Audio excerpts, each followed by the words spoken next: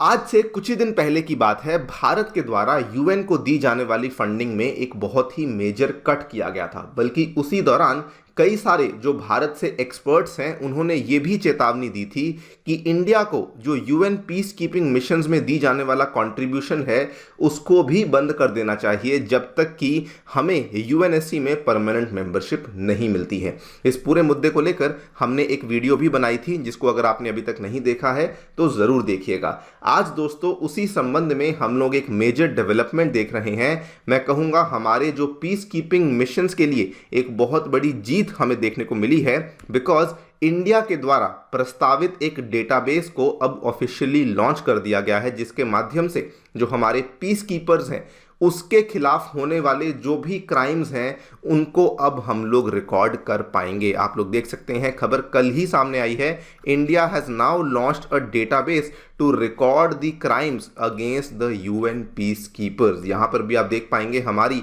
जो permanent representative हैं to the United Nations Shrimati Ruchira Kamboj, उन्होंने भी ट्विटर के माध्यम से इस चीज को अनाउंस किया। Delighted to announce the launch of a new database which is designed to record crimes against peacekeepers and monitor progress in holding the perpetrators accountable. India is at the forefront of advocating for accountability, leading the group of friends dedicated to this cause. मैं कहूँगा बहुत ही बड़ी development है, बहुत बड़ी जीत है भारत के लिए, बिकॉज ये एक बहुत ही बड़ा नोन फैक्ट है कि इंडिया का जो कंट्रीब्यूशन है towards the UN peace keeping missions, towards the UN peace keepers, that is the largest contribution जो कि हमें किसी भी और कंट्री से देखने को नहीं मिलता है। तो उसके संबंध में हमारे पीस कीपर्स की सुरक्षा के लिए ये वाला जो डेटाबेस लॉन्च किया गया है ये वाकई में एक बहुत बड़ी जीत है। बात करेंगे इस पूरी डेवलपमेंट के बारे में, क्यों इंडिया के द्वारा इस डेटाबेस को प्रस्तावित किया गया था एंड क्या क्या फ़ायदा इससे हमें होने वाला है, उसको भी हम लोग समझने वाले हैं। आइए शुरू करते हैं दोस्तों मेरे साथ। मेरा नाम है अनिरुद्ध। यदि आप लोग हमें फॉलो करना चाहते हैं, हमारे लेक्चर्स के अपडेट्स को प्राप्त करना चाहते हैं, तो यहाँ पर दिए गए टेलीग्राम चैनल्स के माध्यम से ऐसा कर सकते हैं। दोस्तों आगे बढ़ने से पहले आपको बताना चाहूँगा कि आज 31 मार्च के दिन अनअकैडमी आपके लिए लेकर आया है all India prelims mock test, जिसको कि आप लोग ऑनलाइन और ऑफलाइन दोनों ही पैटर्न्स में जाकर के कंडक्ट कर सकते हैं। और ये टेस्ट प्रॉपरली यूपीएससी पैटर्न पे होने वाला है। अगर आपने इसको अभी तक नहीं चेकआउट किया है, अभी जाइए चेकआउट कीजिए और इस टेस्ट में आप लोग निःशुल्क एनरोल कर सकते हैं। इसके अलावा हमारे अनअकैडमी के जो ऑफलाइन बैचेस हैं वो नई दिल्ली के करोल बाग में, मुखर्जी नगर में और प्रयागराज में आ चुके हैं, जहां पर अगर आपने अभी तक चेकआउट नहीं किया है जाकर के चेकआउट कर सकते हैं। 2025 एवं 2026 के जो फाउंडेशन प्रोग्राम्स हैं वो ऑलरेडी लॉन्च कर दिए गए हैं। इनमें एनरोल करने का प्रोसेस बहुत ही सिंपल है। आप या तो सेंटर को विजिट कर सकते हैं या फिर आप नीचे दिए गए डिस्क्रिप्शन बॉक्स में एक बिटली लिंक है, वहां पर जाकर के दोस्तों आपको क्लिक करना है। वहां पर मेरा नाम चूज करना है, अपनी डिटेल्स भरिए और हमारी टीम आपको रीच आउट करेगी। जो भी आपकी डाउट्स हैं उनको सॉल्व करवाया जाएगा और साथ में आपको अट्रैक्टिव डिस्काउंट्स भी अवेलेबल करवाए जाएंगे। ऑल राइट, सो क्या देखने को मिला है कि बेसिकली इंडिया के द्वारा एक तो डेटाबेस को लॉन्च कर दिया गया है, जिसके चलते यूएन पीस कीपर्स के होने वाले अगेंस्ट होने वाले जो भी क्राइम्स हैं उनको हम लोग रिकॉर्ड कर पाएंगे। इसके साथ ही में जो भी परपेट्रेटर्स हैं, मतलब कि जो भी गुनहगार हैं, उनको भी अकाउंटेबल ठहराया जाएगा इस डेटाबेस के माध्यम से। और ये जो डेटाबेस है इसको अनाउंस किया गया है through the group of friends. ये एक अलग से ग्रुपिंग है जिसको कि एक तरीके से इंडिया लीड करता है और इसी GOF के माध्यम से इस पूरे के पूरे डेटाबेस को यहाँ पे लॉन्च किया गया है। इसके बारे में वीडियो के अंत में चर्चा करेंगे कि what exactly is the group of friends, लेकिन सबसे पहले ये समझना जरूरी है कि हमारे द्वारा इस डेटाबेस को प्रस्तावित क्यों किया गया था। देखिए, दुनिया भर में जहां पर भी जो ऐसे एरियाज हैं जहां पर जंग चल रही है या फिर जहां पर कोई ना कोई ह्यूमैनिटेरियन क्राइसिस हमें देखने को मिलती है, अक्सर यूएन के जो पीस कीपर्स हैं उनको वहां पे डिप्लॉय कर दिया जाता है। लेकिन अगर वहां पे जंग चल रही है तो हाई पॉसिबिलिटी होती है कि उनके ऊपर और भी जुर्म हमें देखने को मिल सकते हैं। फॉर एग्जाम्पल मैं आपको जस्ट रीसेंट डेवलपमेंट्स दिखा रहा हूं। जस्ट कल की ही खबर है, लेबनान में कई सारे यूएन पीस कीपर्स जो हैं वो जख्मी हुए हैं। और इसमें बेसिकली हमें क्या देखने को मिला है कि इजराइल गाजा की जो यहाँ पे जंग चल रही है, साथ में इजराइल लेबनान के बीच में भी जो प्रॉब्लम्स चल रही हैं, तो वहाँ पर इजराइल के द्वारा कुछ ऐसे अटैक्स करे गए हैं लेबनान में, जिसके चलते लेबनान में जो यूएन पीस कीपर्स थे वो यहाँ पे जख्मी हो गए हैं। So this is one very important case कि किस तरीके से यूएन पीस कीपर्स जो है वो यहाँ पर वुंडेड हो जाते हैं, उनको प्रॉब्लम्स फेस करनी पड़ती हैं, और इस पूरे के पूरे मुद्दे के चलते बल्कि जो इजराइल को अलग अलग कंट्रीज आर्म्स दे रही हैं उनके ऊपर भी सवाल उठाए जा रहे हैं। सिमिलरली एक और खबर जो कि हमें पिछले महीने ही देखने को मिली है कि democratic Republic of Congo Africa का एक देश है जहां पर कई वर्षों से यहां पर ह्यूमैनिटेरियन क्राइसिस चल रही है, वहां पर भी दोस्तों बहुत सारे जो पीस कीपर्स हैं उनके ऊपर टाइम टू टाइम हमें अटैक्स देखने को मिलते रहते हैं। बल्कि यहाँ पर तो अगर आप ध्यान से देखेंगे तो इसी वाले मिशन में जो बहुत सारे लोग डिप्लॉयड हैं, ये इंडियन आर्मी के ही लोग यहाँ पे डिप्लॉयड हैं जो कि यूएन पीस कीपिंग मिशंस में काम कर रहे हैं।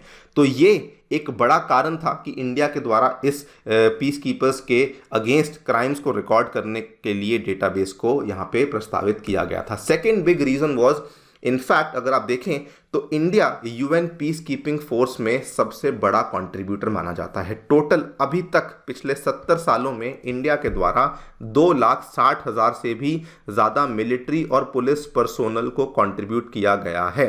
अगर हम लोग करंटली बात करें तो करंटली इंडिया के द्वारा जो टोटल कंट्रीब्यूशन किया गया है वो 6,073 पर्सोनल का है।